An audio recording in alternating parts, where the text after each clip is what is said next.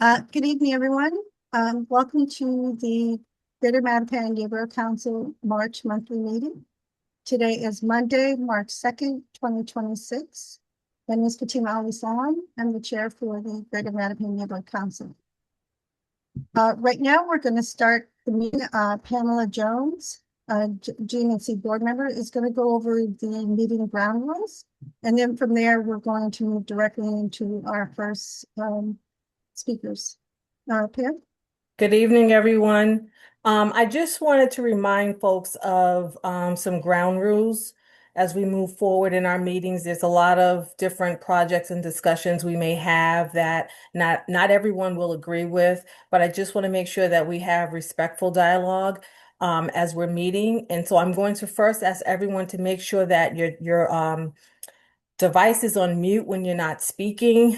Again, I'm going to ask for respectful communication, regardless if you agree or not agree. And that includes when you're speaking, but also in the chat box, if you could please be respectful.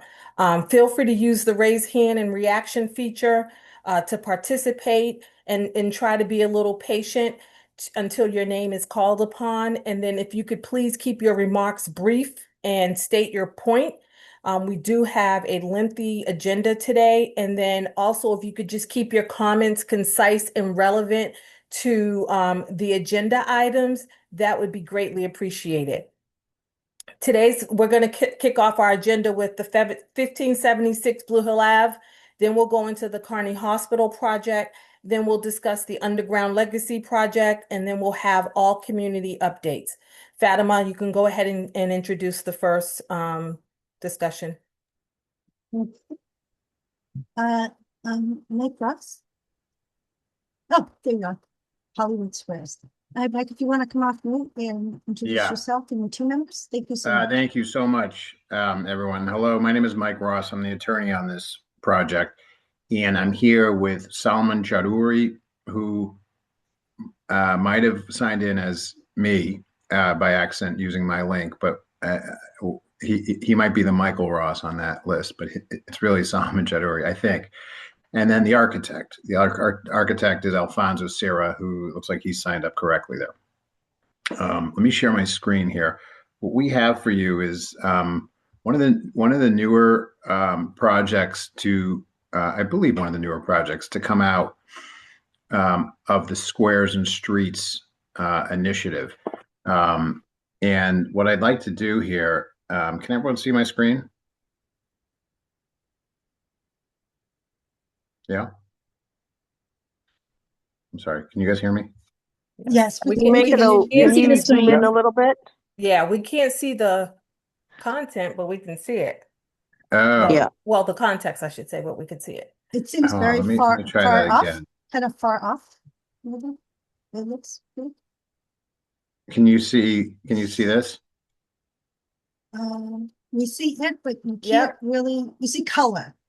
Not really, is that not really zoomed in? It says 1576. Yes. Okay, good. Yeah. I'll zoom in. I'll make sure you folks can see. I'd like to just pull up a little map here that I have of the area to orient everyone where we're talking. The address for this site is 1576 Blue Hill Ave. But it's kind of a little misleading in that it's not directly on Blue Hill Ave. It's one of those addresses that says Blue Hill Ave or says the street, but it's a little bit off in that it's kind of off Blue Hill Ave. I'm just going to zoom in here to give you a sense of what I'm trying to talk about here. It's right where that red pointer is. That is the location of the building here. You can see it's 1576 Blue Hill Ave, but it's really off of Blue Hill Ave and it's starting to head down Babson Street, but it still has a Blue Hill Ave address right near Mattapan Square. So that I just wanted to point that out. A little bit off the street, the main thoroughfare. All right, let me get back to where I was earlier. What I initially opened up with was a landscaping plan of the project. And we can come back to this, and this actually does get zoomed in. But to orient you, Blue Hill Ave is at the bottom of your screen. and the shape of the shape of the parcel itself is kind of gets narrower as you go further back and wider as you get forward.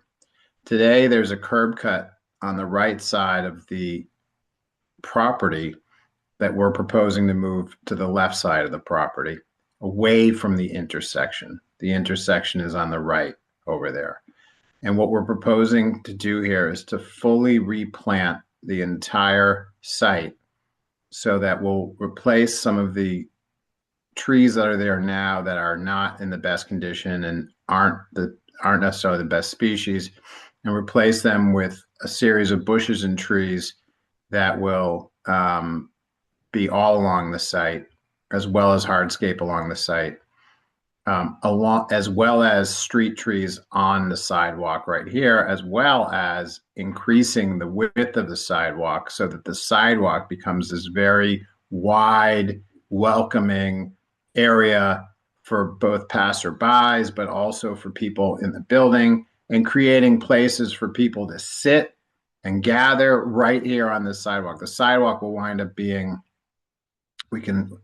Alfonso's here, we can get into the actual measurements, but I think we're looking at 10-foot sidewalk minimums or when you actually count, see this little dotted line here, this dash line, that's our property line. So we're creating this new sidewalk zone in our area that will be indistinguishable to the passerby as to where the actual property line is. You'll just have this very wide, expansive sidewalk. So I have some additional detail of that. As I mentioned, we're looking at the squares and streets model. We are S4. And so what that means is that this is called active squares, and it allows for greater density in these sections where S4 is. I actually have, if I may, sorry, let me just apologize for bouncing here. If I may, I'd like to share.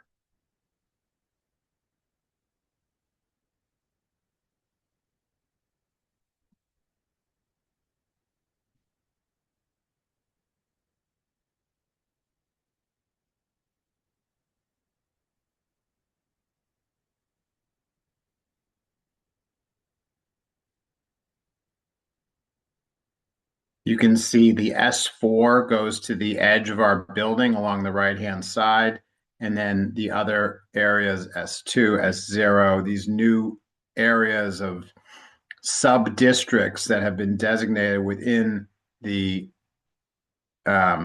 new zoning code are all shown here. But S4, one of the denser ones, and is generally allowed in that square area, that main kind of intersection area, if you will. All right, let me just, sorry, I pull this back up.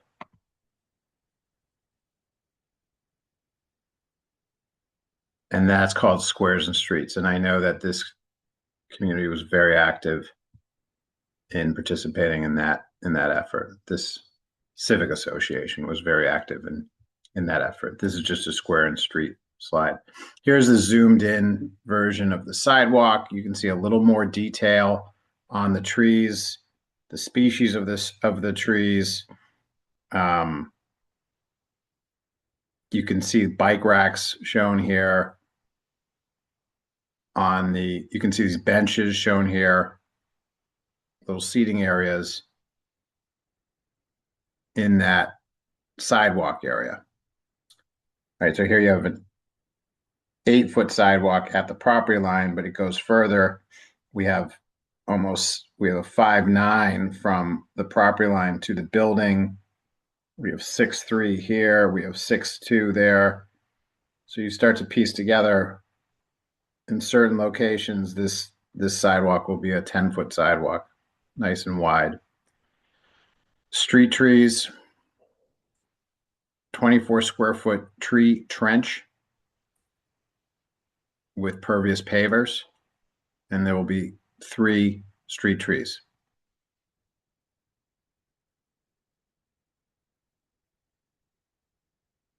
These are some of the details and some of the inspiration for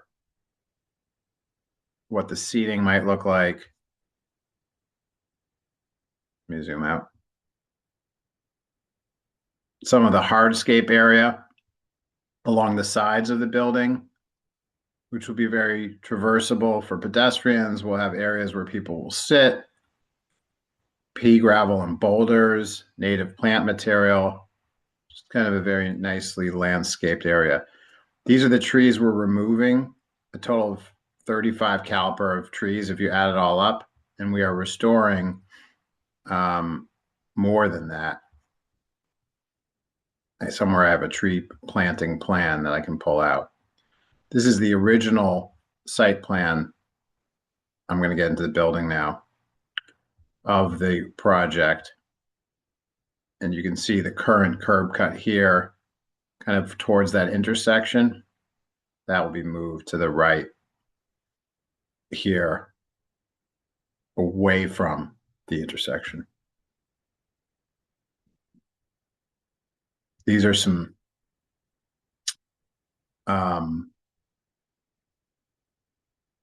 existing condition shots of the site. I'll zoom in a little bit. From the square looking down Babson Street, the site's to the right, just past this building here.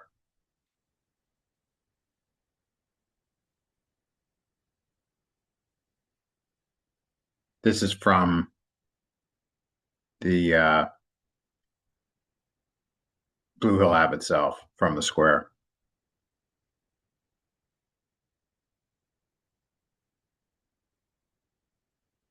And these are all shots of where those photos are taken. Happy to share this this presentation with everyone if you don't already have it. These are more shots of the site.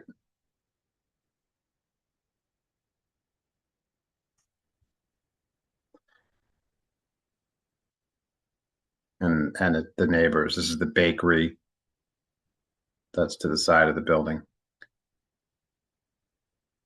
We can come back here, but this is the zoning chart. So the new zoning, let me just quickly show you though, that the new zoning highlights the new requirements of squares and streets. So it requires that there be ground floor active, meaning that there be retail on the ground floor of an S4 building. Must have at least 50% of the building width of the ground floor retail. So that is why we have a retail front to this building. The percentage width of the building with the ground floor must be a minimum of 50%, which complies. The ground floor ceiling height for commercial areas must be 14 feet tall, very tall ground floor, 14 feet. We're actually at 16 feet. There are restrictions, limits to blank wall facades. There's use restrictions. So, with regard to we already mentioned retail, but also the use for the residential. Lot coverage. So we are at 40. So there's a 70% lot coverage allowance. We're only at 48% of the lot coverage, meaning that a lot more building could go on the lot, but we are well below that. Permeability. There needs to be at least 15% of the ground that's permeable, that water can re-enter and go into the ground again. And we meet that, we exceed that. The front yard must be at least 2 feet. We're at 5 feet. The rear yard must be at 5 feet. We're at 6.5 feet, or 6 feet 5 inches rather. Side yard requirement at 5. We're at 5.5 and 6.4. So we exceed all these requirements. Building floor plates cannot be larger than 25,000. I mean, we're not even close. We're 7,000. Building width, 200 maximum is allowed. We're at more than half that, 89%. Height is something that people know right away. It's one of the first things you see. We could have an 85-foot building as of right in this site.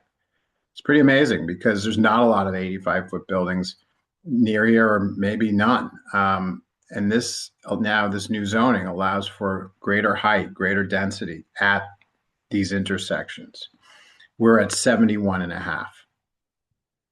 7 stories are allowed in this area. We're at 6. And that's mostly those are the main issues. And from zoning. And what that means is that this is a compliant building, meaning it does not go to the Zoning Board of Appeal, meaning that the approvals that we would receive at the Boston Planning Board or BPDA or BRA, whatever you call it, those would be the approvals. There would now not be a second trip to the Zoning Board of Appeal because this is an as-of-right building. So on the right-hand side there, that's your first floor. And I can just build right on top of it. And there are 56 units in this project. So the front off Blue Hill Avenue / Babson Street, you have this retail, this large retail. We don't have a tenant yet. We'd love to talk to the community about that, whether that's a restaurant or a cafe or some sort of retail use. Then these are building amenities in the middle of the building. I mentioned there's a driveway off to the side. On the right-hand side, there's not a lot of parking in this building. This building only has, I believe it's 3 bays. Alfonso, are you there?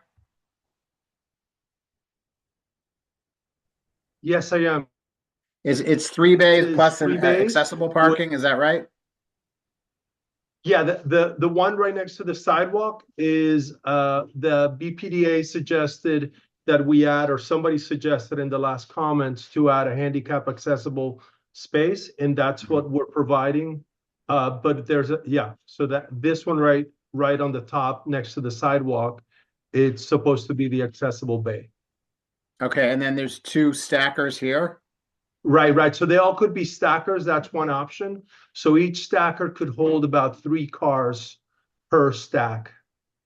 So it would be 6 cars here and then 1 handicap accessible. Well, I believe we could turn the stacker into handicap because the middle bay can hold a van. So okay, one thing we did here at the last meeting is that there's some interest in maybe doing electric parking for shared parking for our residents, because it really doesn't make sense to just allow 2 parking spaces or even 6 parking spaces when we could make those available as a shared parking spaces for the building. So that's something that we would do. We've agreed to do. So we want to nail that down a little bit, but that was something that we were asked to do. Let me keep moving here. Now you go up and you build the building on top of the ground floor. This is the second floor. It has a mix of studios, 1s, 2s, and 3 units. By far, the largest number of units are 1 bedrooms. There's 38 1 bedrooms. Then the balance, the 20 or so remaining, are 2s and 3s, and those couple of studios. So that's the second floor.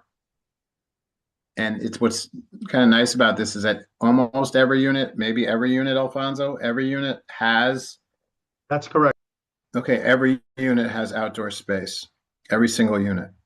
So it provides everyone who lives here will have their own balcony to walk out onto. And even if they don't have a balcony to walk out onto, in the case of this unit, for example, unit 12, they'll have an inset balcony where they still can walk out onto it, and it's inset, but it's still outside. Just gives a little bit of outdoors to these units. And they're all different sizes. They range from the 600 square feet to over 1,000 square feet. There are also, in the back of the first floor, these lofts.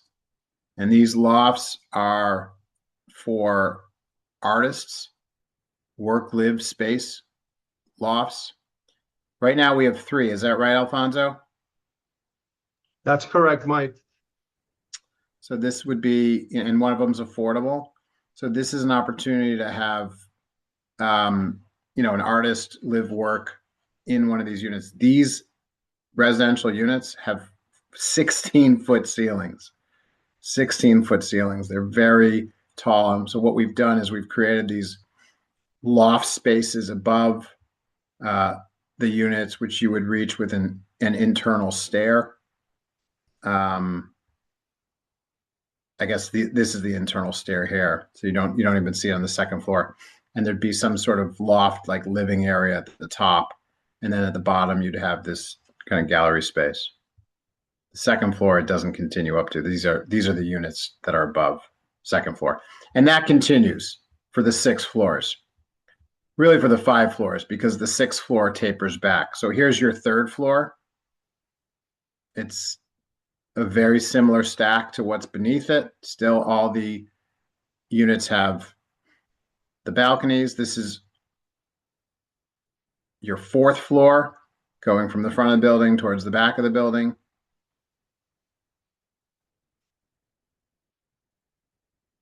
This right here is the 5th floor.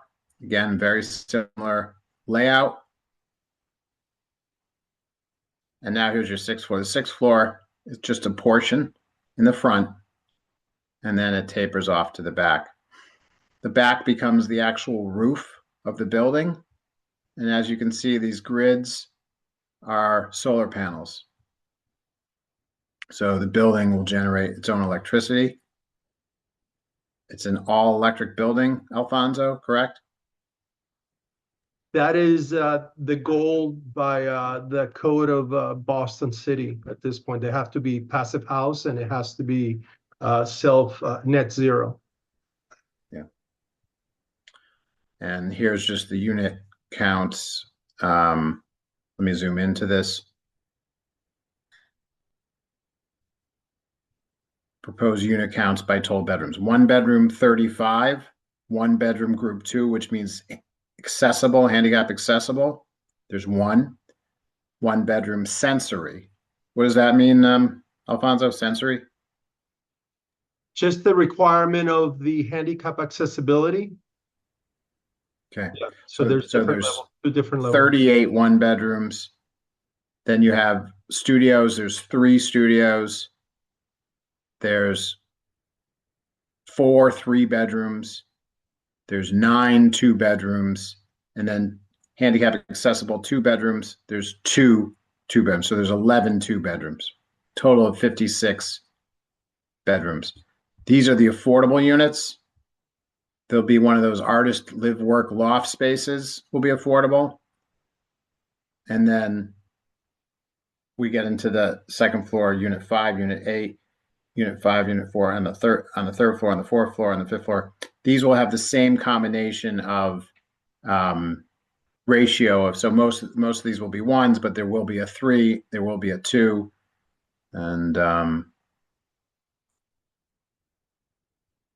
think there might be a studio in there as well. But there's a total of 8 affordable units, so 8 over 56.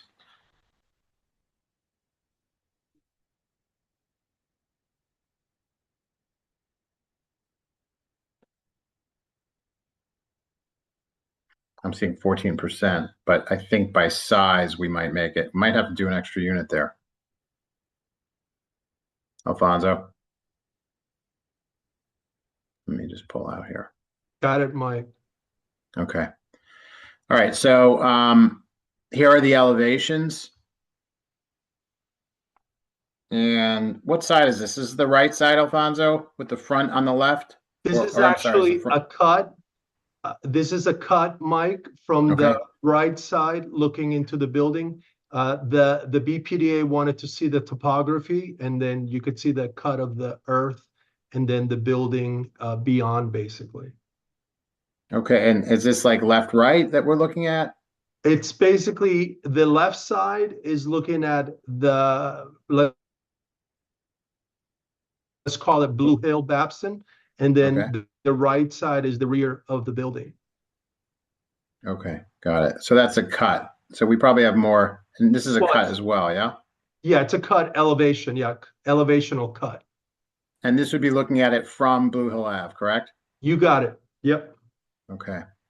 You can see how the pedestal is smaller than the building above it. it's a kind of an awkward angle to look at the building. Here, we're going to have more traditional elevations here. So east elevation, is that the rear elevation, Alfonso? Yes. Got it. So this is the rear of the building. This then would be The front. the front of the building. Yep, west. Got it. With the entrance coming off the front there, right here. Yeah, And I think that's exactly. something that you changed.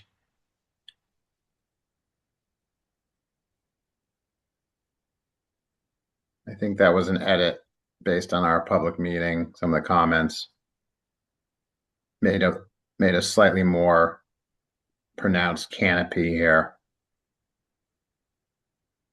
Those are the balconies that are stacked on top of each other, the inset balconies. Here you see the balconies off to the side. That's shown earlier. Almost done.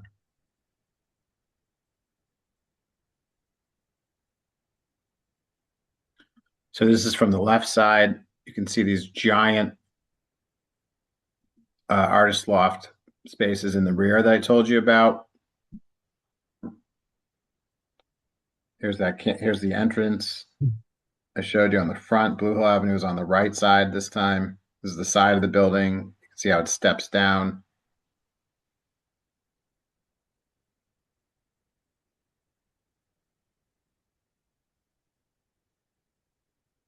I'm sorry. So that was the left side of the building, and this is the right side of the building. Now the front is on the left here. Blue Hill Ave, Babson. Steps down.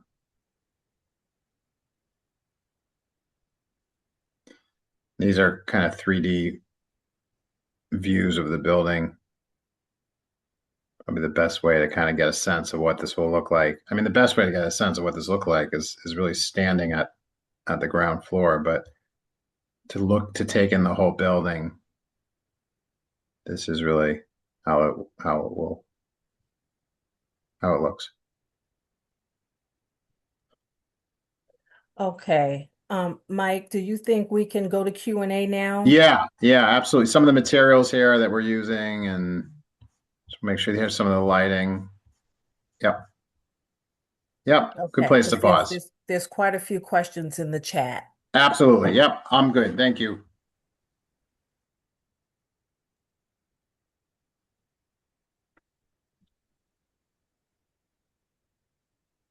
Go ahead, Fatima. You want to do the Q&A? No, you can continue. Thanks. All right. So, Robert Jenkins, it looks like your hand is raised. Go ahead. Yes, good evening, everyone. One of a concern that I just brought up is a few concerns, and I'll be very quick. Parking, traffic flow, and has this group taken into account the Blue Hill Ave renovation project? So Mike, I don't think you discussed in your presentation the flow of traffic and how that design is. I thought I was in a meeting and you did, I think it was discussed before. Do you guys have an update on that? If you have parking, will people come in off of Blue Hill Avenue? Will it be on the backside? What's the plan? So parking will be coming on the left side of the building as you're facing the building. There will be a curb cut there. But this project will not have cars. This project will have anywhere from 2 to maybe 6 cars. And we like the idea. It might have come from Greater Mattapan Civic Association. It might come from you folks, may have come from Fatima, to do shared cars on the site. And it would only be those cars that would be going. The rest if people had cars or had guests, they would park probably on Babson Street. But most of the people who would want to move into this building would want to have a place for their car if they had a car. So it's really not ideal for people with cars. There are plenty of buildings that have parking spaces. This isn't one of them. This would be a good building if you don't have a car, if you want to use one of the cars that that's provided by the building. Okay. David, Sorry, a couple questions. One of the questions that I wanted to ask was, Mr.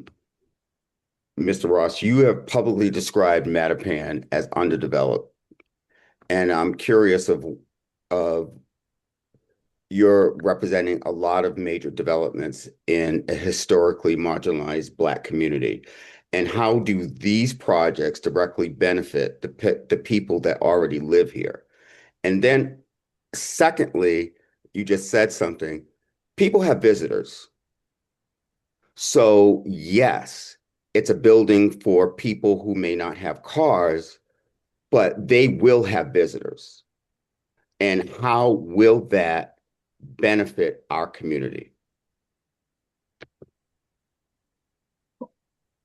I mean, some of that's a comment. I guess this would be a good time to introduce our principal, Solomon Chaudhuri. He's a Roxbury resident. He lives in Boston. Me, I'm a lawyer. You can hire me. But the developer, the person who's actually building this building, is Solomon Chaudhuri.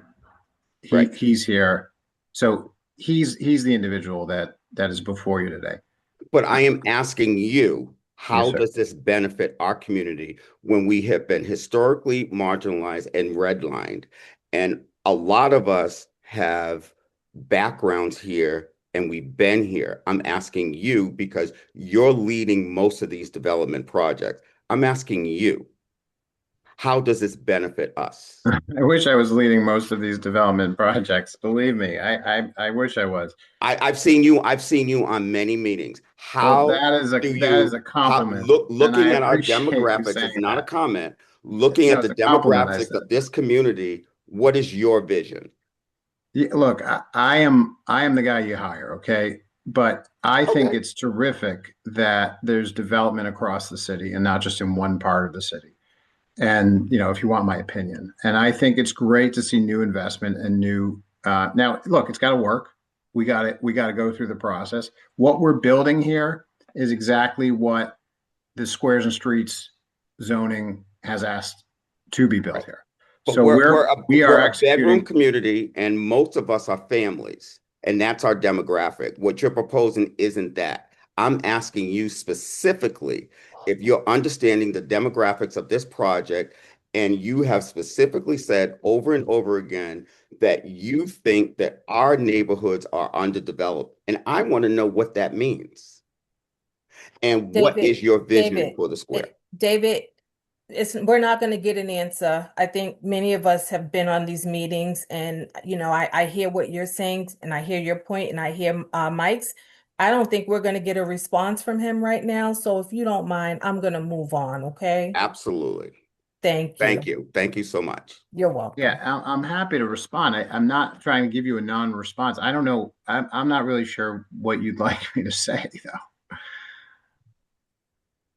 No, we're all good, Mike. Matt? Hi, Pam. Thank you. My name is Matthew Skelly. I live at 31 River Street.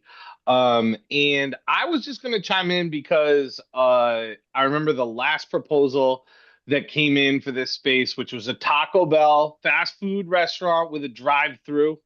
And I would just like to give the perspective that I think this is way more in line with what folks would want in the square. And especially if you're trying to reduce traffic, you definitely don't want a drive-through restaurant. Having a place where people live is probably a better use for that, at minimum from a traffic perspective. And that goes not even to say that this is by right by the zoning code, which is also a pretty good sign. So just want to chime in with those couple points. Thanks, Pam. Mike, can you just clarify the back end of the building runs on to where? River Street? Let's pull it up. I don't think it goes through. Hold on, let me pull it up. Okay. And the only entry, I just want to know the point of entry for the building as well. Blue Hill Avenue, really Babson. It's going to be Babson? Yeah. So yeah, no, we butt up to the back of our building, butts up to William McKean's property, whenever that was deeded. So, and I can bring you probably a better aerial, but yeah, the entrance, this is the old building, by the way. That's what you're seeing here on the site plan. It's probably not the best to show you. Let me see. And this is going to be all rental, right? This will be all rental, correct? So you said Solomon was on. Yeah, Solomon, are you here? I was just yes, I wondering. am. So And Solomon, then, when you also I mentioned to Fatima, I am double booked tonight, so I am starting at another meeting at 7:20. It's not in Mattapan, David. It's elsewhere in the city, but I do have a 7:20 hard stop that I got to get off for. But at that point, I'll turn it over to Solomon, and Alfonso will be able to take it from there. So I just want to know if the intentions are to actually build or resell the development. I mean, Solomon, do you want to answer that question, or would you like me to? You can, but my intention is to build it, but it also all depends on the financing, because it ends up taking somewhere between 4 to 5 years to get our full building permit, and the market condition in terms of the financing, all those are very unpredictable. So it all depends like when we get our building permit, but my intention is to build it.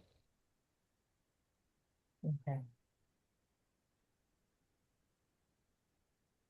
Well, I think if you guys, would have came around and had like a tour around the neighborhood with some community members, you could have got some better ideas on the fact that there's a building already on River Street that was built, caused a lot of traffic, a lot of, anxiety for people, a lot of issues. They took up most of the parking in the parking lot. That wasn't really being used to the full capacity, but now it's just totally packed, overwhelmed with traffic in that one little space. So, I mean, it would have been nice to like put a parking lot on the bottom or something like that, to try to help the neighborhood out. And again, like my thing is, how does it benefit the neighborhood to have such a huge building there with nothing that, is given back to the community to be able to access space for anything that may benefit them or something like that? Because that's a very, very huge space to have nothing that's, beneficial to the community, only beneficial to, from what I see, to the people who's going to be building it. Thank you, Hassan. Gina, and then Ms. Barbara. Oh, I'm sorry, and then Vicky.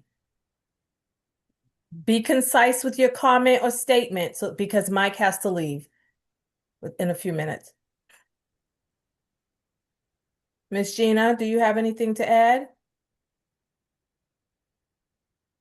All right. Ms. Barbara, you go ahead. We'll come back to her. Okay, my issue No, I is, said, how come it's all rentals and no home ownership? Home ownership is something that we looked at and will look at right now with where the interest rates are. I think it's almost impossible for us to pull off a home ownership building, certainly of this magnitude.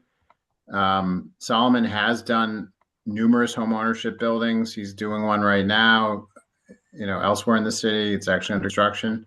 So he's not against home ownership, but the timing of this building right now wouldn't allow us to do home ownership, given where the finance rates are and just the economics of the project would not allow us to do it. These buildings can convert, however, to, and often will, to condominiums when the moment's right, when the finance is right, and that can happen. It certainly can happen. Thanks. Ms. Barbara?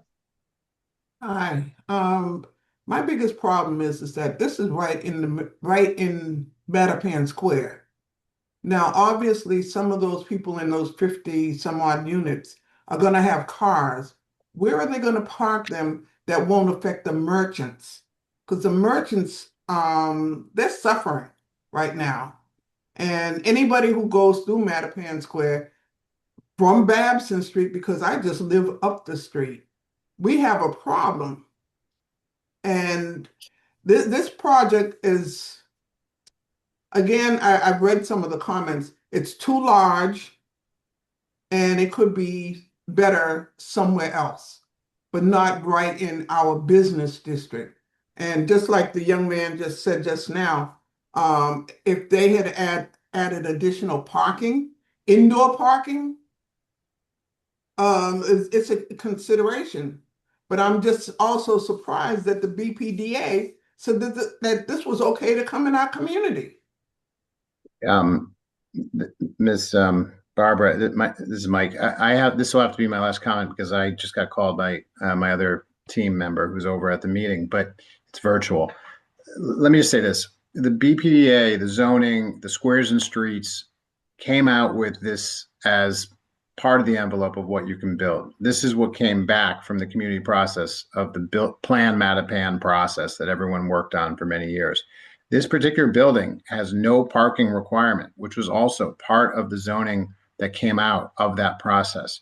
Now, it doesn't mean that we can't look at parking for a building like this. It doesn't mean that we aren't building the full height, width, size of this building. We're actually, as I mentioned in my beginning, that we're actually below what could be built. We could build a taller building here. We could add a floor. We could go further out on the sides. We didn't because it just doesn't work for what we're trying to do. But the underlying zoning actually allows for that type of envelope. It's 6 stories. Yeah, a lot of buildings around in the immediate area are only 1 story. Earlier, I was asked, what do I mean about undeveloped? The main thoroughfare business fair has many 1-story buildings running down Blue Hill Avenue. There could be greater height and density in this area in any business community and anywhere in Boston, and Mattapan's is also included in that. So I apologize, I have to leave here, but the actual developer and the actual architect of the plan are staying on the call to finish out this section, and I'll be available afterwards for comments. Thank you very much. Can he answer that question? Why? I mean, why? You don't have to answer it. You can go ahead to your next meeting. But Okay, my thing is that my question is that why have a large building development like that in the business district? Miss Barbara, we're going to move on, okay? Because I don't think we're going to get an answer. The only thing I'm going to... Well, isn't the developer here? I mean, not the developer. Yeah, the guy who wants to build this.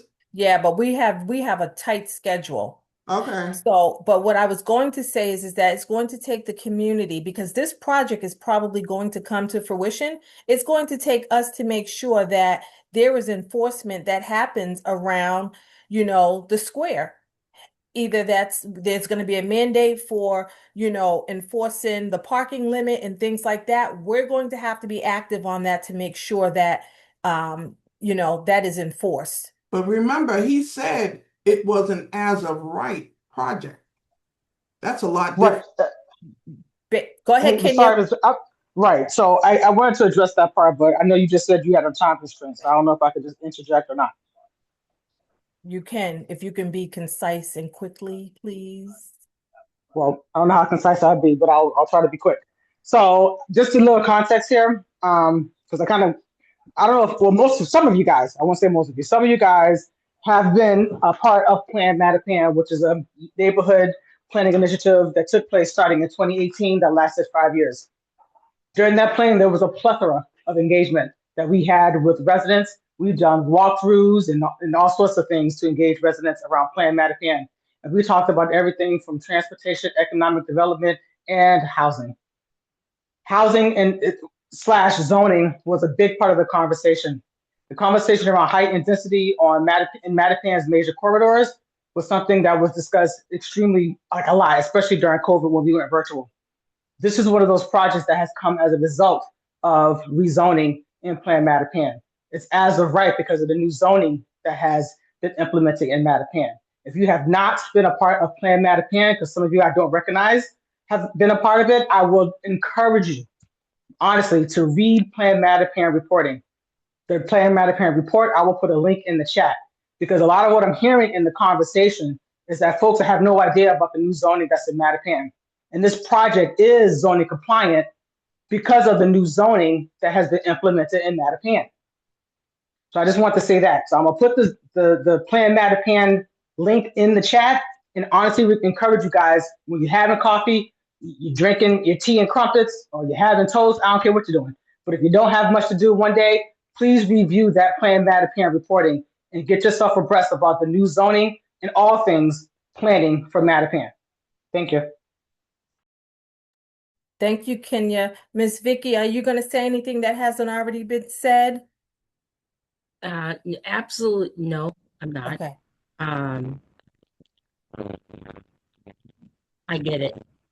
I have some things, but this is not a space that I need to share. We as a family, I would rather to discuss that amongst us. How about that? Okay. So we'll have some time at the end of the meeting, okay? Once we get through everything, Miss Vicky, if you want, you can stay on. Other folks can stay on and we can finish hashing this out. Miss Eleanor.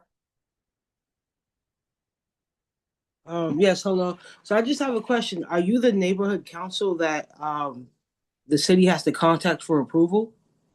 Like per Article 80?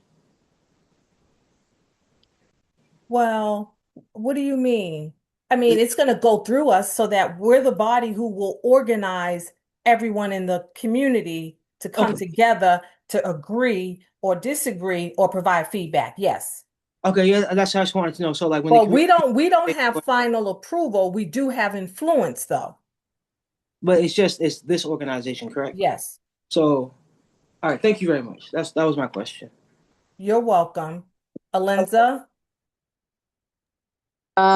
Quick. Hi, everyone.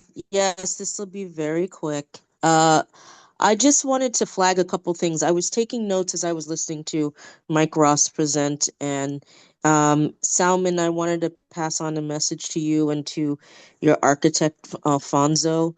And I will follow up with more details over email, but I would like to make this statement before everyone, because what the comments that I'm hearing people that are making and the questions are asking up against the presentation that Mike provided really speaks to the disconnect about knowing what this community needs.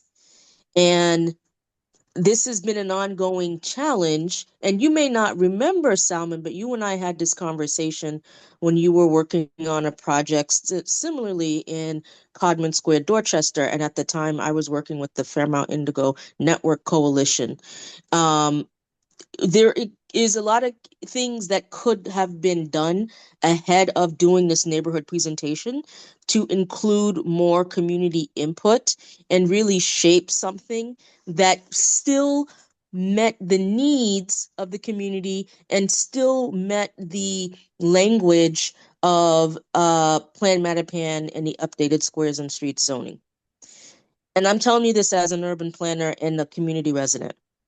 And it's that disconnect, the fact that we keep seeing a lot of people show up in these meetings and they clearly have not done the proper homework. And that proper homework means actually talking to the community first to help shape your design before coming up with a design, even if the design is a draft. You can still incorporate that. And just because there are certain things that are allowed through the current zoning language doesn't mean you have to go extreme on that. And you would know what to do and what not to do if you actually talk to the community. So I just really want to stress that this is something that continues to occur, particularly with projects that you've worked on. And you have identified yourself in the past as a community-minded person. You need to start demonstrating that if you want to get more support here. And that's all I'm going to say for now. I'll follow up more over email. Thank you, Alenza. Okay, so Fatima, are you still there? Okay, let's move on to the next presenter. Okay. Let's see, the second one, can you bring up the agenda? I believe is Isaac Hampton. Yeah, it's the Carney Hospital. Is it Carney or Isaac? Carney? It's Is HYMT? Yep. Oh, there's a large conference room. You're on, Tom. Hello, everybody. Hello. So my name is Tom O'Brien, and folks may remember my partner, Reverend Jeffrey Brown.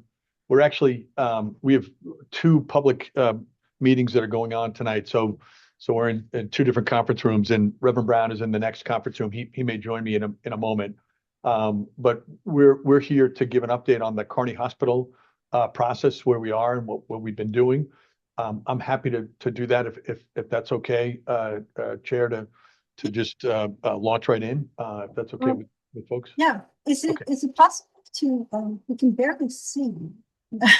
Sorry, I'll back up. Sorry, I'm looking at the whole screen with everybody Oh, you there. get this, okay. Now, how's that? Okay, oh, so okay, so there are two better? people in the room. Sorry. Will you be showing a rendering or something? We would like to, yeah, if we could Okay. share our screen, we'd like to show, we have 3-4 renderings that we'd like to show. Okay, sure, please, thank you. So I'll just start while we're pulling up the screen. I think is Sarah going to do? See if Sarah's going to. Okay, great. Okay, so I'll just start. So you may remember that the two of us are partners here. So it's My City at Peace, which is Reverend Jeffrey Brown, and HYM, which is our firm. I have a couple of colleagues who are with me. John Hurley is here with me, as well as Sarah Sheffel, who I think is running the screen. And as I said, Reverend Brown is in the next room. He may join me in a moment. I'm going to try and move through fairly quickly because he may need me to come into that. We're actually in front of the Roxbury Strategic Master Plan Oversight Committee today. A couple of things that I just want to make sure I point out right in the beginning. People may remember we started on this project in September of last year. Apollo, which is the entity that foreclosed on the Stewart Hospital site. So remember, Stewart, when they went out of business, they had borrowed money from Apollo. And so Apollo became the entity that foreclosed on the site. I don't think Apollo wanted to foreclose. They certainly just would have preferred for the hospital to continue to operate. But Apollo did foreclose, and so they are the owner of it. They called us and asked us to get involved. Our view was we'd be willing to do it if we could work on delivering a healthcare use for the community. This site, played a very important role in this community, and so we want to work toward providing a healthcare use. So that's what we've been working toward. We started in September. We were back in front of you, I think, in maybe October or November. So this is the second time we're coming back to see all of you. We've been to all of the different civic associations once, and now many of them now twice. And we've also done 4 or 5 different direct abutter meetings. So in total, we've probably done about 30 different public meetings in the time since September. Most of what we've been doing is kind of listening to people and trying to take in comments and then think carefully about how to deliver on those comments. We are very much aware of the fact that you folks from our last meeting sent to us a group of ideas and preferred uses for the site. So we have that list, we have those items, and so we're focused on doing everything we can to deliver on that, and to kind of work our way toward getting things back on path for this site using the list that you've given us in part. By the way, I think you're the only civic association that I can think of that actually gave us a list of those. There were people during the course of our meetings that we took down notes from people, comments that people gave us, but I don't think we've received a formal list from any other civic associations. Yours, I think, is the only one. So we have that. Let me just run through a couple of slides here, and then I'm happy to take some questions. The first slide that you see here is a slide that shows the site itself, and particularly within the context of the surrounding transportation systems, as well as the fact that it was carved out of the park.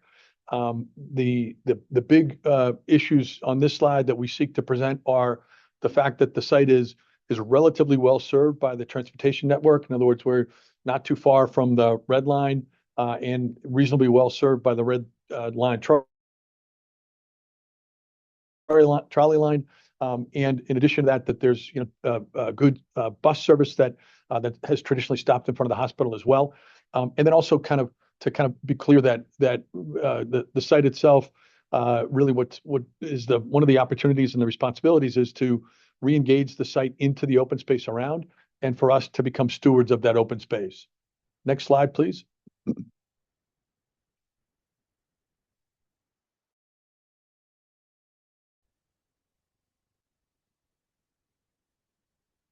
we go. So this slide is in part meant to show some of the work that we've done or some of the results that we've received from the neighborhood meetings that we've done. So for example, on the left-hand side of the site, which really is the northern side of the site, we've had meetings with a number of different abutters and folks in that area. Remember, they're next to what has been the emergency room and where the loading docks have been historically for the Carney Hospital. And so folks have asked for there to be a green kind of shield or green buffer that could be added to that side of the site. And so, this slide kind of shows that.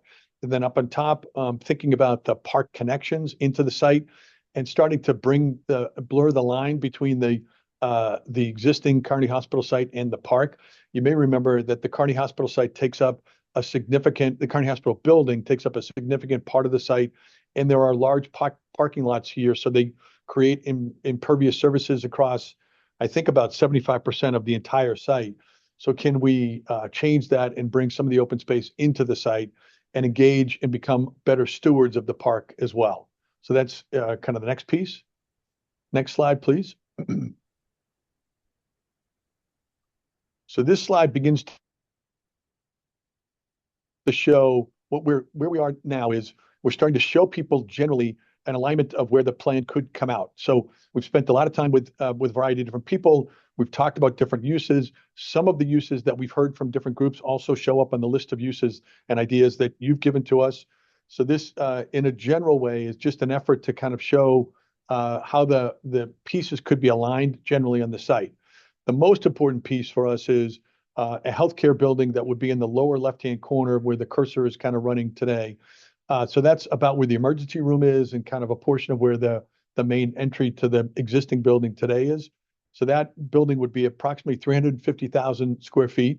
And that building would be a building that could contain one of the healthcare systems that we would expect to try and attract to the site. And then to the right of that, remember when we last met with you, we talked about the potential of a nursing school or an institutional use. So that could be an education use on that side. And then up on the upper part of the site on the left is a site for senior housing. And then on the right is a site for family housing, family rental housing that could be on the right, all in an effort to kind of add both housing and a healthcare use. One thing I would say really importantly is the key pledge that we would make is the healthcare use would be the first piece to be built. That's our focus. And our effort here, remember, is to build a good unified approach across all of the different communities from Mattapan and Mattapan Square across through to Dorchester to build a unified approach to then go back to the healthcare systems and say, okay, this will be a brand new, beautiful building. This community deserves a brand new, beautiful building. And we need a healthcare system to come in and occupy it and run it. We have experience doing this kind of work, and so we feel positive about where we are. As I said, we've been to now 30 or so different meetings with different groups. All of the feedback has been pretty positive so far, and we're feeling pretty good about the momentum of where we are. I'm going to stop there, and I'm happy to answer any questions that people might have for us.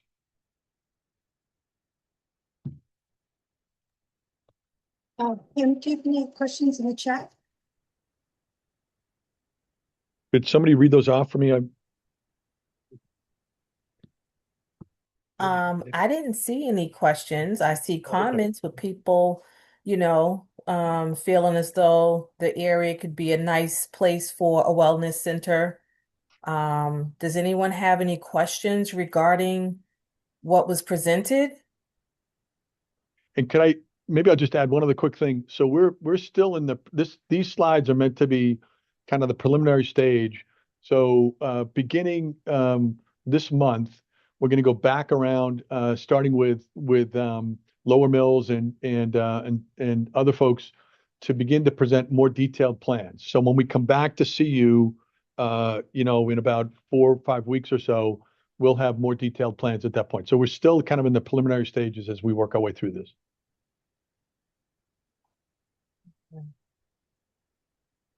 Okay. Any other questions, anyone? Does it have liberty to approve of deciding factor? Okay. Well, Mary, can I have one question? Yes. Is it Tom who's speaking? Yes, me, Tom O'Brien. Yes. Okay. Could you talk, maybe I missed it. Could you talk a little bit about, in the interim before, I assumed it probably would be an interim time before it, would, be built. Is there any sort of interim use for the site? Good question. I mean, the issue on the site right now is the existing hospital building is in pretty terrible shape today. It was Stewart, really did not reinvest in the property, and the property itself is in tough shape. So there really are not, and that building takes up a significant part of the site. So it's hard to envision interim uses while it exists today. So our objective is to begin to, build the groundswell of support and work toward beginning the Article 80 process, and hopefully within the context of that, begin to demolish the building. And then I think having interim uses, perhaps a food use, festival use, maybe some music, that sort of thing. Those would be ideas that we'd love to try to take up with you all.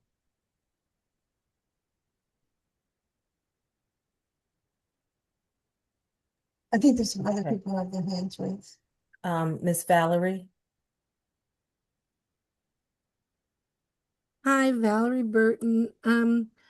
Thank you all for coming to the community, hearing our concerns and our input. I just want to emphasize that we definitely need more, when you're building the building over, because it does need to be built over, that's a plus. But please consider and keep in mind that we missed a big behavioral health piece with the loss of so many hospitals, and especially Carney. We lost 100 behavioral health beds from adolescents to seniors. So please keep in mind that you are, that location was primarily used for Mattapan, Dorchester, Quincy, and Milton. And we lost a major big part of behavioral health, and that is a crucial part right now. Thank you. Yes, Valerie, I agree with you. Now, the community had put that on your list that you sent to us. And in addition to that, that's come up in other communities as well. So we have that on our list. We're very much aware that the Carney did have those beds, and those are important beds, and they're hard to replace. So that's on our list to push for as well. Thank you so much. Yes. Okay. Any final comments? Go ahead, Mr. David. Yeah, I'm just sorry. No one is saying don't build, right? and it's just building responsibly. And I just really appreciate you guys coming to us beforehand and taking actually listening to us and allowing us to provide input. And I will say that my son, when he was young, he went to the conservatory charter school that was part of that building, and it was a mess. So I can say that you're absolutely right, and I appreciate you understanding the demographics and understanding the needs of what is needed for that space. And I'm just appreciative of that. So thank you. Well, thank you very much. We enjoy doing this work, this community engagement work, and this is a community that was deeply affected, adversely affected by the closing of the Carney. So a lot of what we've been doing is kind of listening to people and the frustration around that and their memories of it, just as you have that memory with your son. So it's pretty sad, but hopefully we can all work together to make something good come of it. And that's our objective, is to kind of listen a lot to people right now and then work our way toward a proposal that reflects that. I want to be careful that we're not over-promising and under-delivering. Some of these things are hard to do, but we want to listen carefully and produce a unified approach to try and make these things work. Chad, we're going to wrap up with you. The question I had, which I had posed in the chat in regards to this project, is I'm not too sure how this works, but have any other entities outside of Steward like reached out to you or expressed interest in, in doing something healthcare related with this project? Because I was saying this would be a really good place for a wellness center, and I think as Valerie spoke about mental behavioral health, that is something I could see. That is one of the potential benefits that I see here. Yeah, we agree. So to be clear, remember, Steward was long gone by the time, we became involved. So we've been involved since September, and Steward went out of business a year before that, at least a year before that, I think. So the objective for us is to basically, like, here's the way I think it through. These hospital systems are inherently political, entities, right? So they always have items that they're asking for from the Commonwealth of Massachusetts and from other entities. And so the idea is to, last time around, when Steward went out of business and the Carney Hospital went out of business, our suspicion, our sense is that the healthcare systems looked at that building and said, it'll take too much money to redo that building. We can't make that work. So we're coming back around with the current owner's support, with Apollo's support, to say, okay, let's take the building down. Let's work on permitting a brand new building. And then as these healthcare systems go to the Commonwealth and say, we would like X, Y, or Z, our hope is that the Commonwealth will say, fine, but we want you to occupy this brand new building. It's not a hard ask. We want you to occupy this brand new building at the Carney. And in our experience in the work that we do, that building is financeable. So in other words, if we get a 40-year lease with one of those healthcare systems, that's financeable and can be delivered. And so then the question becomes, okay, what's in that building? Can we get the 138 beds for mental health care? Can we get, what's the level of emergency room care? How do we get all these different pieces? So that's kind of why we're doing all this work now, because really what we're trying to do is produce a unified community approach. Because, as you well know, Mattapan and Dorchester together probably have about 165,000 residents. And yet today, Mattapan and Dorchester together, 165,000 residents, do not have a hospital. And that creates, first of all, it's wrong, but also it creates demand that I think is attractive to those systems. That's our premise. Yeah. Okay. All right. Thanks. Okay. Thanks. Thank you. Thank you. Tom, is there anything else you want to add before we move on? No, I just thank you so much for your time. When you see us next, we'll come back with more detailed plans. You may hear about it, just so you know, because we're going to start with Lower Mills in the next 2 weeks, I think, and then we'll come back around. We'll see you in where we're in March. I'll see you in your April meeting. Okay, looking forward to it. Thank you so much. Okay, take care. Next up, we have Underground Legacy. Fatima, do you know if they're on? I don't. Isaac Hampton. I do not have him inside as a participant. But you said you don't have him on? I do not see him on. He was expected to be here, but I don't see him on. I think that for right now, we can just continue. Okay. Agenda. Well, all right. Well, you want to take over the rest of the agenda? We have our elected officials.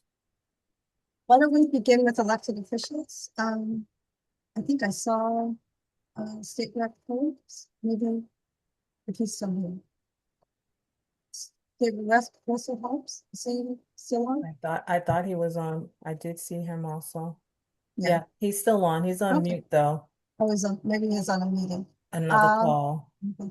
Is Representative Brandon Flicker Reed or Michaela Smith? Is she on still? Someone's in from her office. I don't know if they're still on. Oh, that's it. Okay.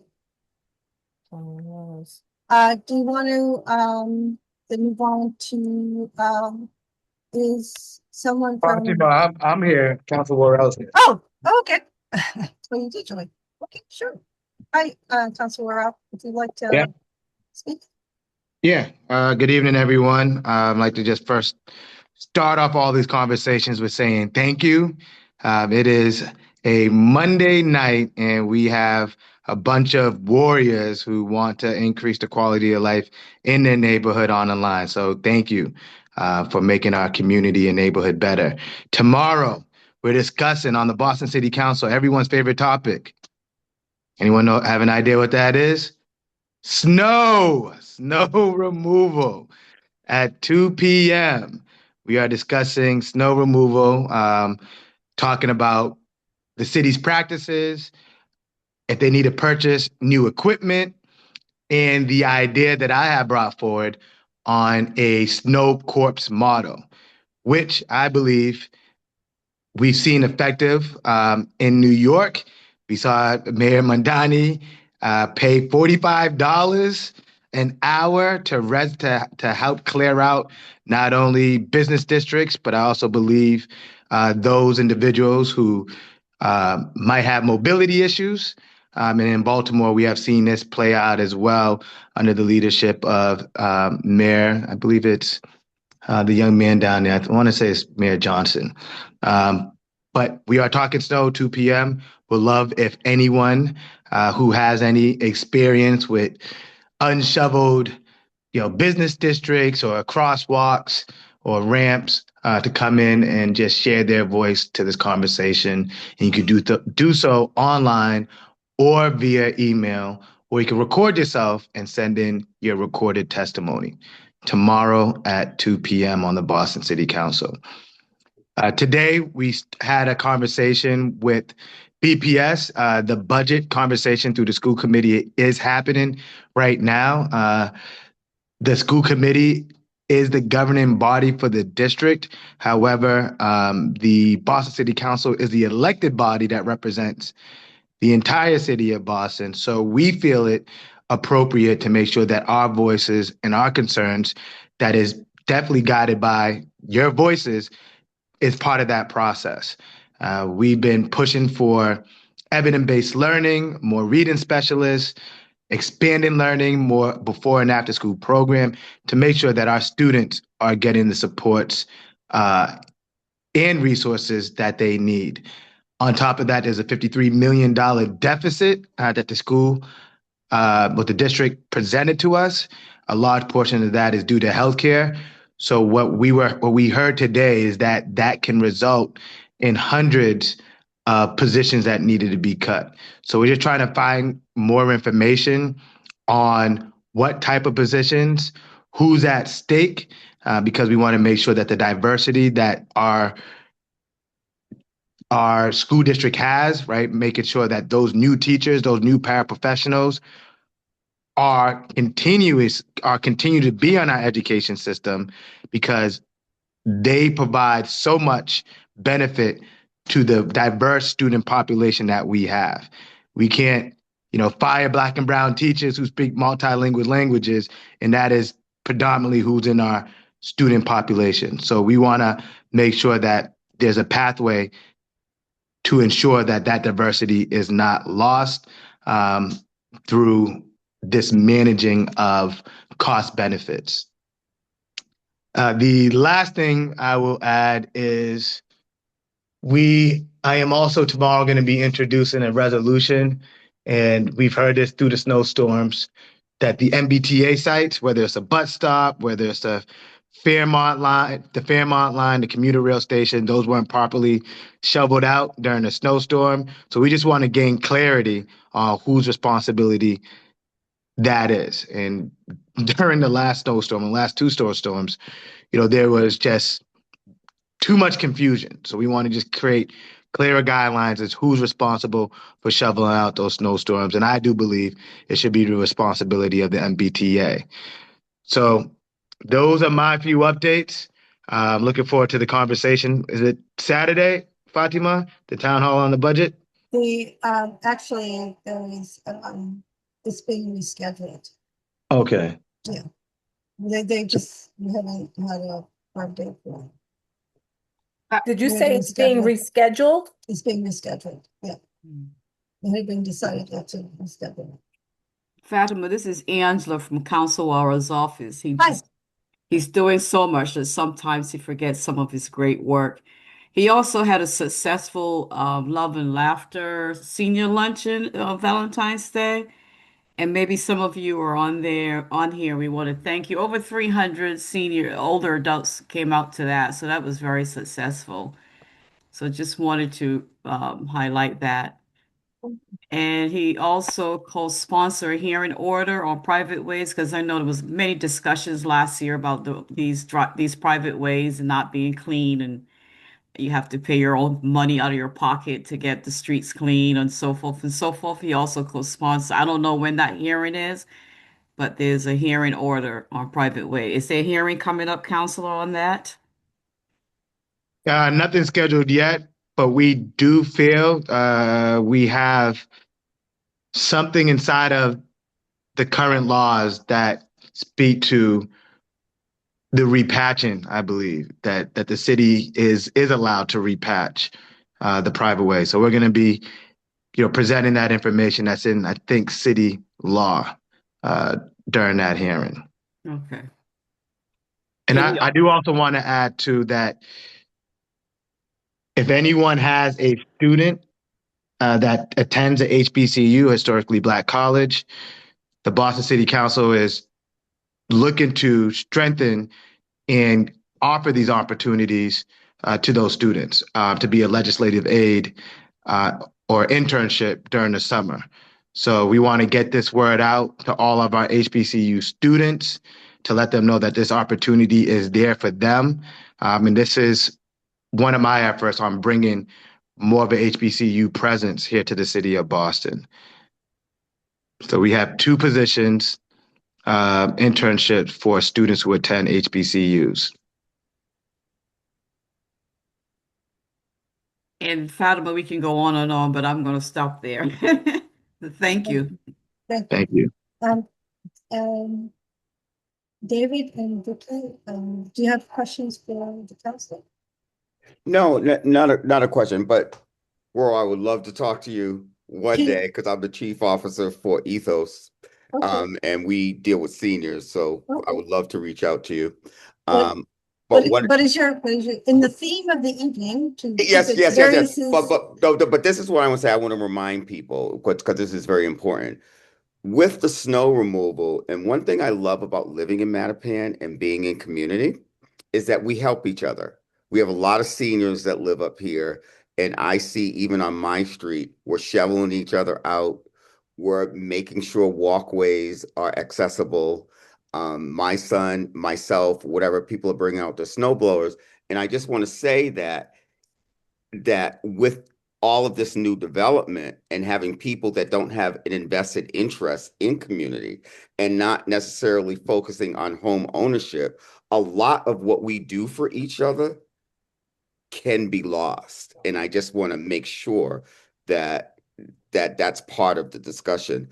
We have gone through all of the redlining and everything, but we still kept our neighborhoods together. And it's very important that going through these discussions that I think that we keep community at the forefront. Thank you, David. And I don't think you're going to find a bigger home ownership advocate on the Boston City Council than me. It is something that I push, ever since I started.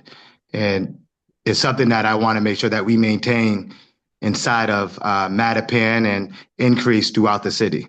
I believe it's the one way to really have stability, right, here in one of the most expensive cities in the country.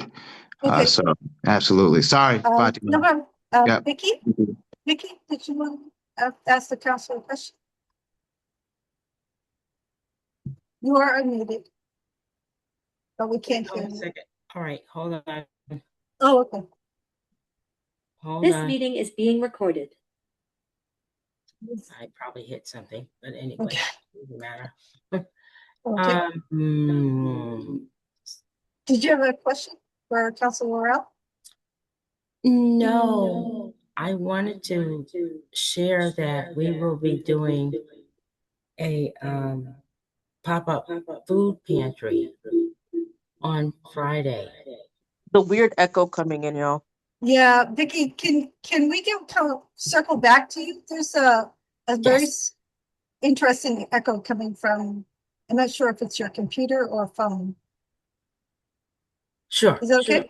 All right, thank you. Hi, Gina, did you have a question for Councilor Rao? Yeah, well, I want to answer his question about the bus stops. My husband used to plow for the city. The plowing, cleaning out the bus stops for the snow was always up to the MBTA. So I know that was always going back and forth for these last couple of weeks and the last snowstorm, but it's the MBTA supposed to clean out their bus stops, which they rarely ever do.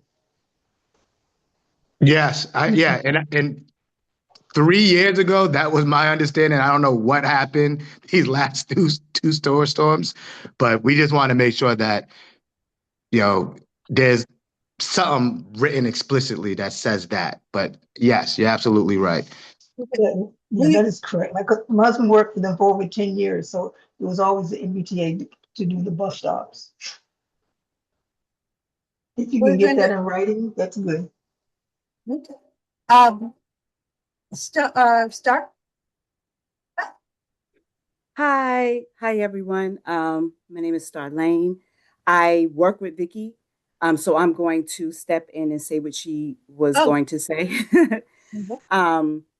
On Friday, this Friday from 12 to 2, we're having a Mattapan Food and Fit along partnership with High Park pop-up at the Mattapan Community Center. We are having a free pop-up food pantry. I'll type the information in the chat. So it's located at the Mattapan Community Health Center, which is in the CVS building from 12 to 2 p.m. this Friday. Thank you, Star. Thank you. Diana, Councilor Papen's office, District 5. Yeah. Evening, everybody. Diana Bronchek here. She, her pronouns with Councilor Papen's office. Pretty much Councilor Worrell and Angela said kind of all of my good points. So I did leave a link to more information about the hearing tomorrow. It is a comprised docket, a hearing of 3 different dockets from 3 different councilors, 2 of which being Councilor Worrell and Councilor Papen. If you would like to sign up to testify virtually or even submit written testimony, or if you'd love to come down to City Hall at 2 p.m. and say hi, we have chips. I'll gladly give you Diet Coke in the fridge. Feel free to learn more.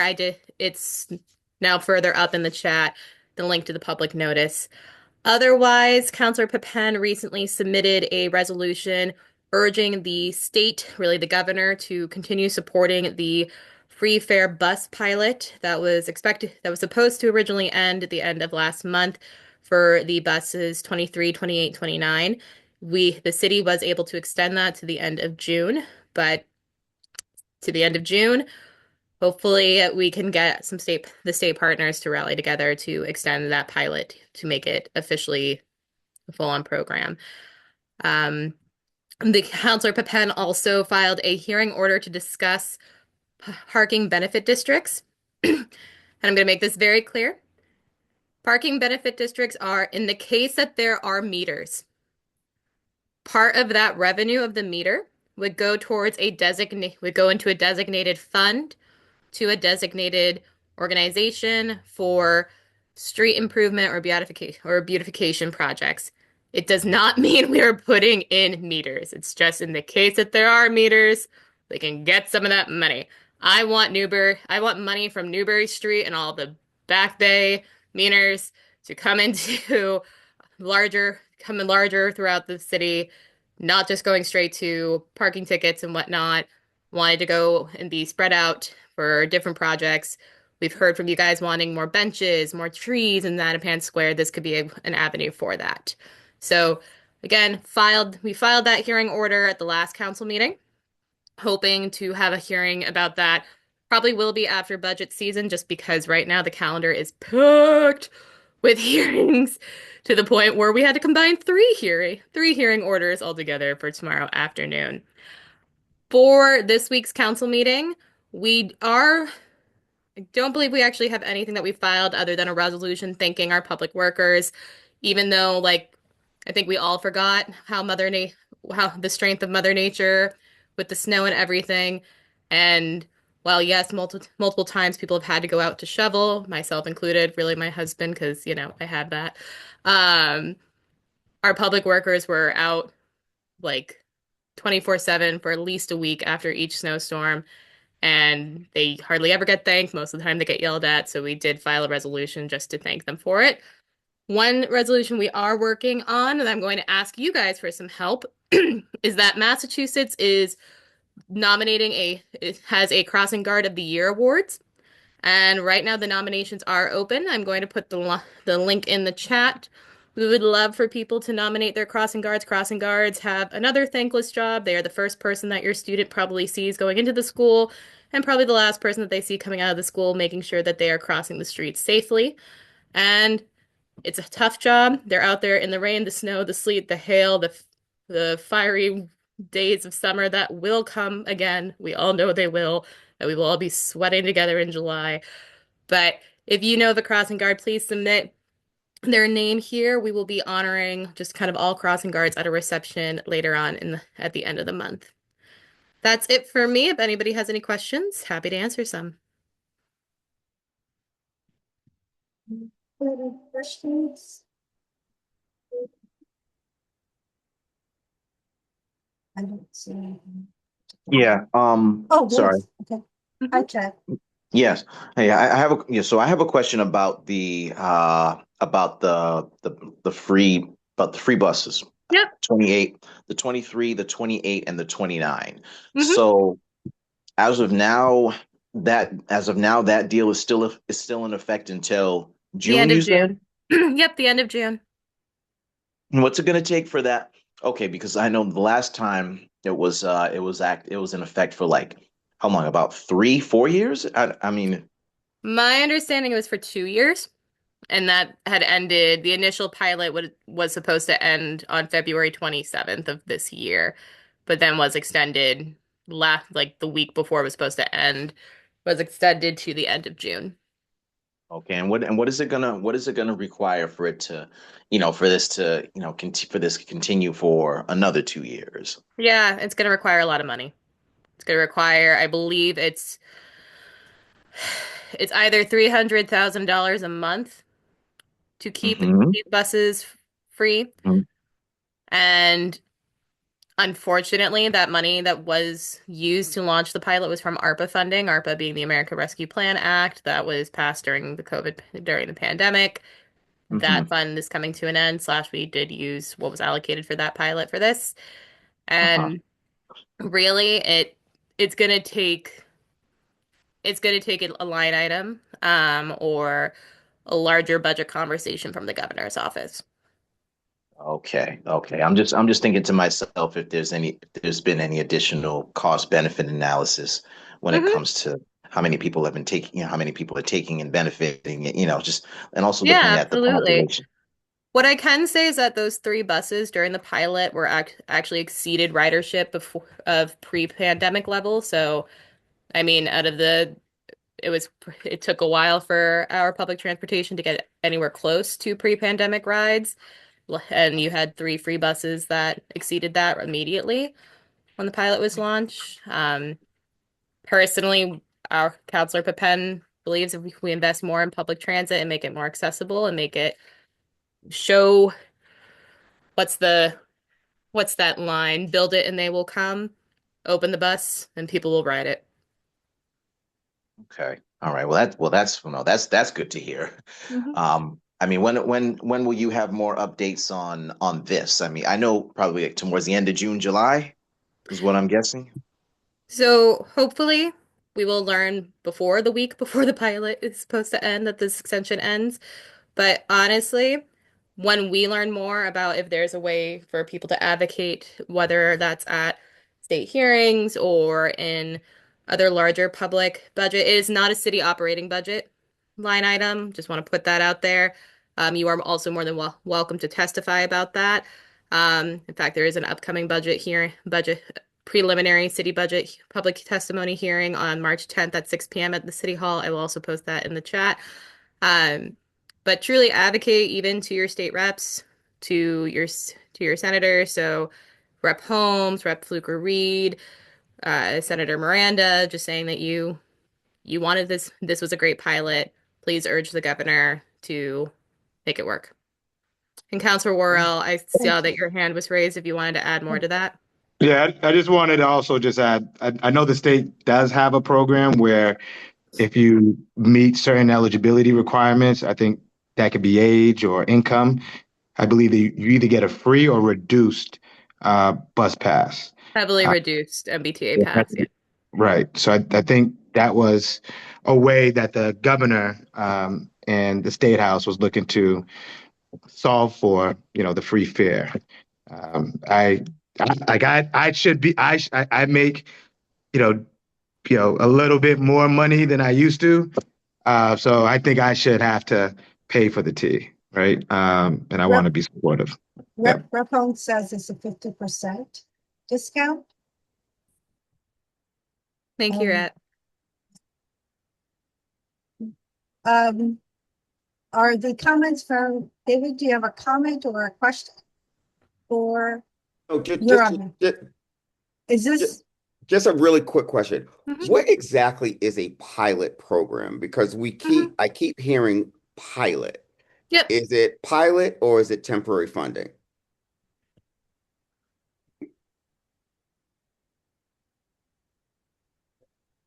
I would say it's kind of the same thing. Pilot funding.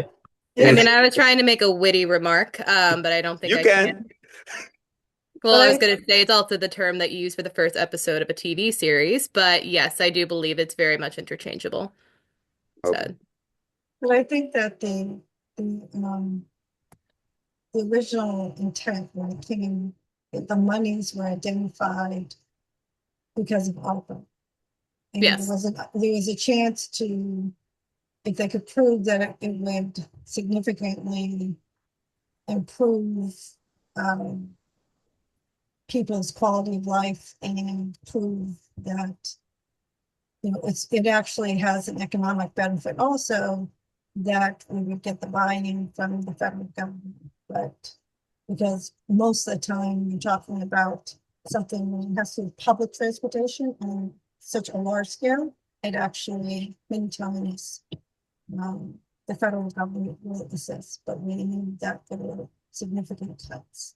Yes, the state as the MBTA is, but I think there was also a larger lens that was part of it. Not to give up, but that's where we're at. Yes, Jean. Thank you, Fatima. Oh, I'm sorry, Diana, did you want to say one? No, I was just saying thank you. Oh, okay. Gina, did you have a question? Yep, not question, just to state, the ride will also help people that use the ride. Right. Not just the bus. People only thought it was just the buses, but I used it when I had my knee surgery. I used it for a year, using the ride, and a lot of seniors and disabled people were on that ride with me. So that's something else that I hope they take in consideration too. Yeah, you can absolutely. Because it took me to a lot of my appointments. Now if it went outside of like Jamaica Plain or Roxbury, Dorchester, Mattapan, you had to pay, but it wasn't a full fare. But within Roxbury, Dorchester, like down to BMC, that was a big help. So I hope they consider that before they cancel it. Thank you. Yeah, I don't know anything about canceling the ride. I think that is still a service that they will always try No, to. no, not the ride. I mean, the buses, yeah. service. Correct. Gotcha. Thank you. I hope they realize that it wasn't just people on the buses, but the people that use the ride also didn't have to pay. Thank you. Right. Of Thank course. you. I want to make sure that Asia. Did you say Asia? Me? Yes, me. Hey. When you were saying my name, it's turned a little bit into a robot, so I wasn't sure, but Oh, I'm sorry. No worries. But hey everyone. Oh, sorry, that was weird. I gave you a peace sign. But I guess peace vibes. But for those who don't know, My name is Asia Vottering. I'm your Mattapan liaison. I do see we got a couple new faces here, so hey, hi, hello. I'm going to try to be as quickly as possible with my updates. I'm also gonna throw it in the chat for y'all. So yeah, without further ado, I guess here's my spiel. So first things first, Mayor Wu recently signed an executive order to protect our immigrant communities, and I'm gonna link it here. But essentially what that order goes over is essentially how we as a city are going to be protecting our immigrant communities from ICE and the things that we have seen. So as you all know, Mayor Wu has been very firm on her stance of Boston being a home for everyone, and that is still the case. So this executive order essentially is going to break down what we will be doing as a city. So just to speak a little bit of what is in this order is first things first, Boston Police, and this has always been the case. They will not be assisting with any of ICE's business, to keep it quite frank. So we will not be assisting them in searching for people, anything of that nature. And another thing I do want to emphasize, if people do see ICE in the neighborhoods, what we are encouraging people to do is, and they are currently arresting someone, we want to encourage people to call Boston Police. Boston Police will be there, not interfering, but what they will do is they will, press on their body cam and essentially ensure that no wrongdoing is happening or occurring. And if that is end up being the case, we'll have it documented. That way we'll be able to serve our constituents in the best way possible and keep them safe. So more on that. Also, as always, as y'all know, I love talking about Mattapan Square and the Mattapan Square Task Force and all of the great work that we have done. We recently turned one. I believe February 18th made it a year. And just to tell you all the amazing wins that we have done so far, and this doesn't mean this is just it. We obviously still have a lot more work to do. But just some of the small things we've done is install a no dumping sign near T-Mobile. And we've had a lot more eyes on that area. Now we do know that is something that is, continuing to still be a little bit of an issue. So as a city, we're continuing to tag the location, give them code enforcement violations, and currently we're in the process of finding a better way to connect with the owner to really just hold them accountable, make sure that they're not going to be dirting up our neighborhood, because that's not what we want at all. Also wanted to mention we prepared various broken bricks along the square. We provided updated signage to several local businesses through the Restore program. We secured Mattapan Open Streets. That was October 18th. Fingers crossed we'll be able to bring it back to the neighborhood this year, because it seems like everyone was really, really, really excited to be a part of it, and it was a really great day. Mattapan Square also received Wicked free Wi-Fi. So whenever you're the square now, you'll be able to be connected however you like.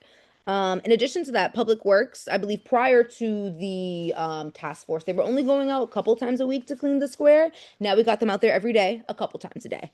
But if you are seeing things and it doesn't look like it's being cleaned, or what I'm saying doesn't seem like what you're actually seeing when you're walking through the neighborhood, feel free to flag it for me. I want y'all to hold us accountable and let us know what you're seeing so we can improve the neighborhood in the best way possible. And let me make sure that I told you all the wins about Mattapan Square.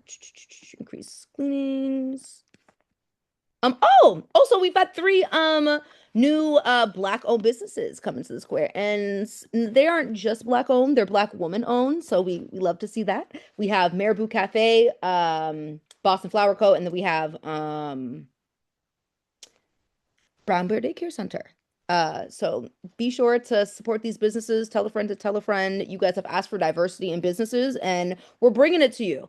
And I know a lot of things residents have been asking for is a place to sit down and eat in the square, and Marabou Cafe has just that. So swing by. The food's great. Love it there. They have a $10 special. I promise I'm almost done, guys. I swear. I'll have office hour, March 27th, 10:30 to 11:30 at Brothers. And I'm always looking for new suggestions for office hours. So if you guys have any, let me know. And last but not least, we have Age Strong rolling grants that are available. And essentially these are funding opportunities to support programs that are benefiting our older adults. So if you know anyone that's interested, Yeah, tell a friend to tell a friend. We want to make sure we're able to, give out the funds that we do have available. And lastly, I will be out of office next week. I will be out of office from the 12th, so pretty short, just Thursday and Friday technically. So the 12th and 13th, and I'll be returning on the 16th to see all of your amazing faces and attend all the great civics that we have in the neighborhood. So that's everything I have. I don't know if anyone has any questions for me, but Angela, where about is that restaurant in the square? I wish you could like see inside my brain right now so I could like walk you through it to show you exactly. But I think it's like close to the post office, if that makes sense. On the same side? Yeah, on the same side. Yeah, on the same side. If it's not next door, it's like two shops down, but definitely on that side. Okay. And they're really, really great. I love their lunch special once again, guys. I show up there. Don't forget 311. 311. Oh, 301 day. Oh, thank you, Miss Critchlow. Oh, see, this is why I love this neighborhood. Y'all the best. Yes, 311 day. So as y'all know, or some of y'all know, I am a former 311 call taker. That's where y'all snatched me up from. And I know a lot of people have been saying that they don't know much about 311 or they have difficulties or anything. Neither here nor there. We have 311 day at Mattapan Library on actual 311, so 311. So be sure to come by. They're going to be running like a live demonstration on how to work with 311. They're also going to be like teaching people how to download the apps, and there'll be like real call takers. We actually have a lot of call takers that live in the neighborhood. So that'll be really, really exciting. I said, personally, I preferred that, the call takers that live in the neighborhood get like first grabs at being able to, go out in the community. Because one thing about 311, when we can get outside, everybody wants to get outside. So, the goal is you guys will see a lot of your neighbors there and yeah, breaking down the app and the service. So, really excited for that. And yeah, please tell a friend to tell a friend. And I hear there's going to be like snacks and like little giveaways, which I mean, sometimes it's a hit or a miss, but excited to share that with you all. Yeah, 311 is hiring. 311 is hiring. Anyone looking for a job? Oh, thank you, counselor. Yes, and 311 is hiring. I came from 311. I don't know about you guys, but I think, I'm all right. So is the application? I have a real quick question. what I'll do is I'll be sure to see if I can send the link. Thank you. But it's right on the city site and highly, highly, highly recommend it as a great like entry point into the city. Is it a remote job, AJ? I don't know. Is it a remote job?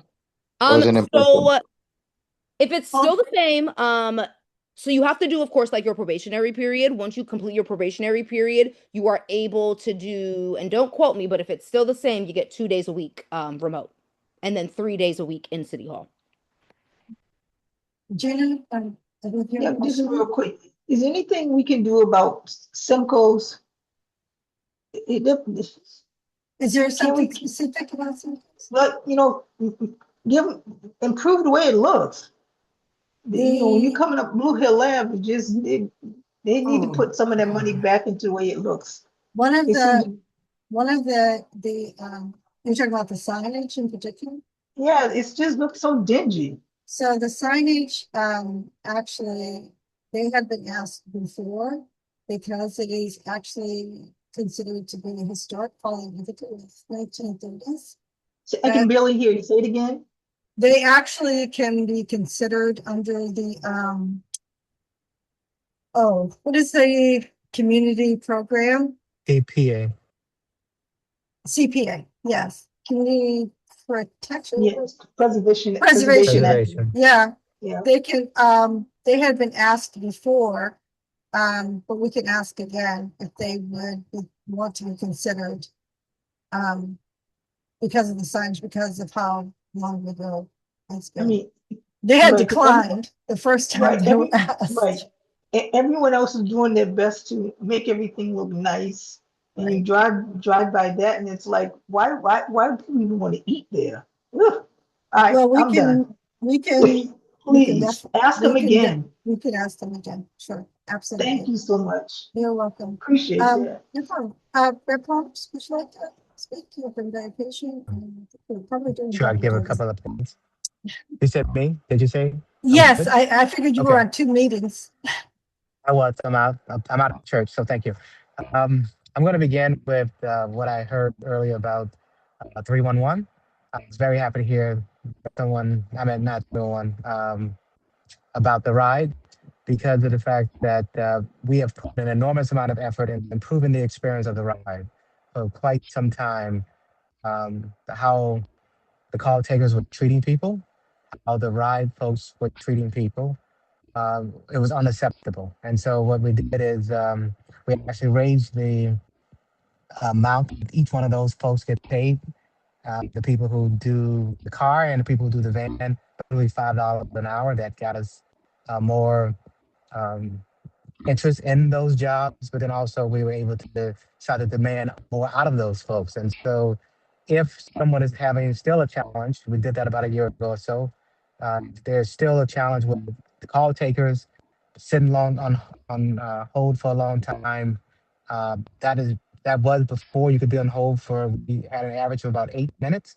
And obviously we don't want seniors just sitting on hold for 8 minutes. We got that time down to less than 30 seconds. So typically, because we've adequately staffed the call takers and folks who are picking up the people, our seniors on the ride, that experience should have improved tremendously on the ride, and that should have been about a year or so ago. I mentioned that because of the fact that as the council was talking about, or someone was mentioning about the discount of what it costs to be on the bus and MBTA, it also has that same discount for those who qualify for the ride.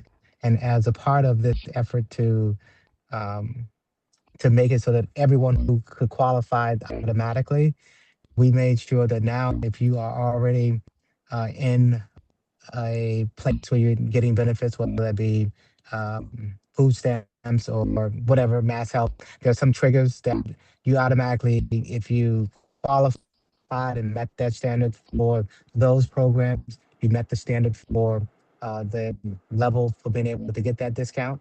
And so we are making sure, and we did a whole process to let folks know that they qualify for that discounted pass and that discounted ride. And what we anticipated to happen over 3 years of uh, folks enrolling was done in a year. So many folks who qualified have already gotten their, have been notified and have gotten their discounts. And so we did that not just for the concerns about what's going to happen potentially with the city not paying for the pilot that was mentioned, but we did it also because of the fact that we want to do more enforcement at our stations. It is a horrible experience. As a person who takes the Orange Line each day, um, seeing people just skip the turnstile, seeing people just put the bag on the other side and open up the turnstile, people walking in. So if you're riding the T now, you'll see we're trying our best to do more enforcement because it has just become, after COVID, it is just like, hey, everybody should just ride the T for free. And that loss of revenue makes it more difficult for all of us. And so we were making sure that before we went and started to make it so that folks will be fined for doing that, we wanted to make sure that the folks that we can help that we knew could qualify for the discount got their discount. So not only were we concerned about the free ride, but we're concerned about, hey, let's not go in and just put major enforcement in before we try our best to get everyone the discount who qualifies. And then the other thing I was going to say, because I know we're late, is I want to just do exactly what Brian had done before. I think Brian had the council had brought a Ways and Means hearing from City Hall into community.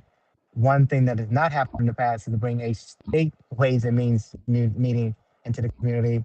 I am hosting one. We're hosting it at the Mattapan Library, and it's going to occur on March 20th. It's an all-day event, 10 to 4. It is not a place where it's open to the public to speak, but we are going to have Health and Human Services, so the Disability Commission, there's a whole list of folks who are going to be there. So it still will be a good chance for folks to see us at work coming in to hear from all of the commissioners, all the secretaries and the like, to understand what that budget looks like.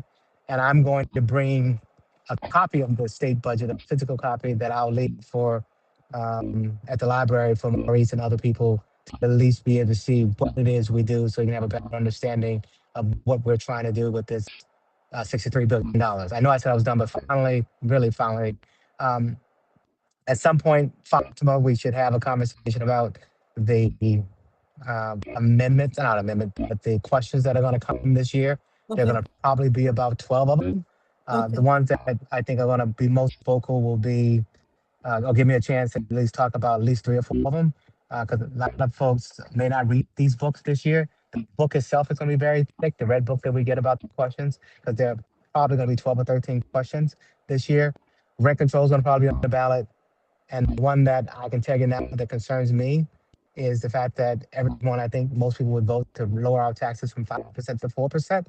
But if you pull $5 billion out of our state budget, that is almost all discretionary because of the fact that there are some things like mass health and things of that nature that are mandatory, education and the like, it will be, give you an example, our entire judicial system costs $1 billion a year. You go and you take 65, think about that, that's 6,500 people to run our entire judicial system, and that is $1 billion. Imagine if we try our best to pull out 5 billion, our state would have a lot of challenges on continuing to be the best we are. So anyway, at some point, I think there are probably 3 or 4 questions we should probably chat about, and I should have a chance to talk about this audit question that obviously passed, but still is in debate. So at some point, I'm hoping to get on your schedule so I can actually have a part of the meeting. Thanks. Thank you. Sure. We can connect and get more information about that. So I think Yoma, there's an event that you wanted to. Yes, and I couldn't raise my hand. I'm sorry, guys. No problem. I'll keep it quick, just 30 seconds. So I am partnering with the Perkins Community Center. I'm excited to announce that we're doing our first ever big time talent showdown competition. We are still looking for talent. If you know any young person between the grades of 7 through 12 who can sing, dance, play an instrument, or if you know any kids that don't fit inside that particular grade, but they're brave enough to share their gift, we want them to. Performers will compete for cash prizes, community recognition, and the chance to shine in front of a packed room. So we need you guys there to pack in the seats. And this show is, like I said, is happening at the Perkins Community Center. That's 155 Tarbert Ave, between the times of 5 to 8. And admission is free. So we want the family, we want the neighbors, we want our community members to come and support our young creatives, okay? So let's celebrate the youth, let's celebrate their creativity, and show them that the community supports their brilliance. So I put everything in the chat, so it's like mad text up, but everything is in there for more information, the links for registration, and the terms and conditions. And David, my children went to Conservatory Lab Charter School too. So I wonder if they knew each other because we were at that building. Really? Too. Yeah. Wow. They're the inspiration for talent shows. Yes. Fatima knows them. Yeah. That's amazing. Yeah. So if you send me, I'll send it out to the community. Okay, I'll share it with you. Okay, thank you so much. Thank you, guys. Great. Well, it is now almost 8:30. Thank you, everyone who's had the ability to hang on me. I appreciate you all joining. If there, wait a minute, hold on. I see one person. Officer Hamilton, who's been very quiet. Would you like to say anything? You can come off me if you're done. Nope. Listen. Okay. All right, everyone. Well, thank you again for joining this evening. We will share out the notes from the meeting as well as there are links right now on the site for the 1576 Blue Hill Ave, as well as our comments and the comments that we made for the list that we gave them for community benefits that we please add to them. They are meant to be added to. We gave them about 6 or 7 pages worth of community benefits that we thought that they should consider because it is a big site. I think Valerie said, Officer Nadia is here. Is that true? No. Maybe she would stick around. All right. Thank you so much again.